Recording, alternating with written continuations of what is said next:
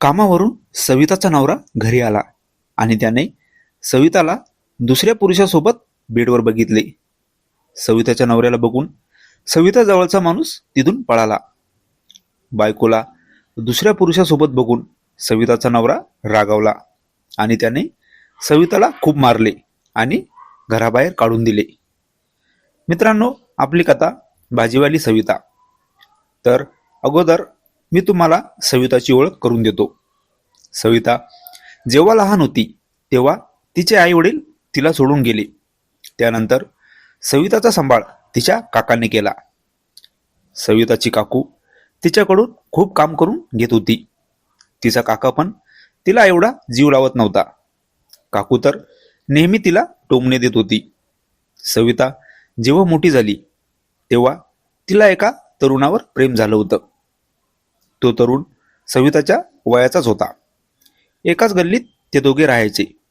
सविताला पण तो आवडत होता. त्याचे नाव सुनील. एक दिवस ते दोघे एकांतात भेटले आणि पहिल्या प्रेमाची पहिली भेट. दोघे एकमेकांच्या मिठीत होते. त्यांच्यात पहिल्यांदाच असं काही घडलं होतं आणि तो क्षण दोघांना पण न विसरण्यासारखा होता. त्या भेटीनंतर दोघांचं प्रेम आणखीनच वाढत गेलं होतं. दोघे आता भेटायला तरसत होते. जेव्हा संधी भेटेल तेव्हा ते दोघे भेटायचे. ही गोष्ट आता सविताच्या काका काकूच्या कानावर पडली. त्यांनी सविताचं लग्न करायचं ठरवलं.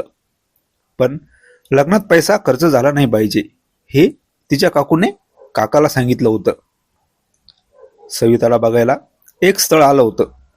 सविताला न विचारताच तिच्या काकांनी लग्न ठरवलं होतं. मुलगा तर सवितापेक्षा वयाने खूप मोठा होता. सविताला तर तो पसंत पण नव्हता. सविताच्या काकाने मुलाकडून पैसे घेतले कारण मुलाचं वय जास्त होतं आणि त्यांनी सांगितलं की मुलगी कधीच माहेरी येणार नाही. काकाचं असं वागणं सविताला खूप वाईट वाटलं होतं. लग्न झाल्यानंतर सविता तिच्या नवऱ्यासोबत राहू लागली. एक दिवस तिला अचानक तिचा प्रियकर सुनील दिसला. तो या गावात कसा आला तिला समजले नाही कारण सविताला खूप दूरच्या गावी दिले होते. सुनीलला बघून सविता थोडी खुश झाली. तो तिच्या शेजारीच राहायला आला होता. तिने विचारले, तू इथे कसा काय? सुनील तिला म्हणाला, तुझ्यासाठी आलो आहे. पण खरं कारण वेगळंच होतं.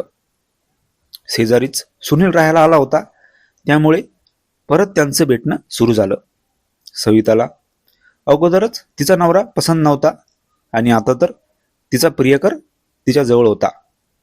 सविताचा नवरा दिवसभर कामावर असायचा.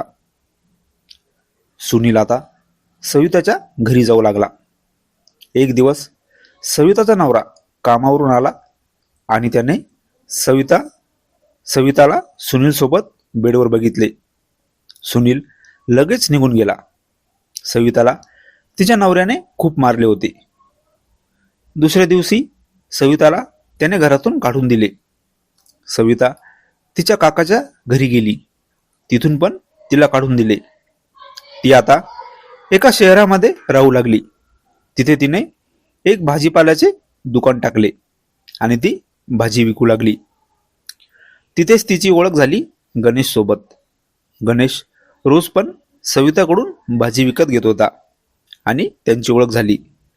नंतर गणेशला सवितासोबत पुढचा एपिसोड लवकरच येईल. तोपर्यंत चॅनलला सबस्क्राईब करून ठेवा. धन्यवाद.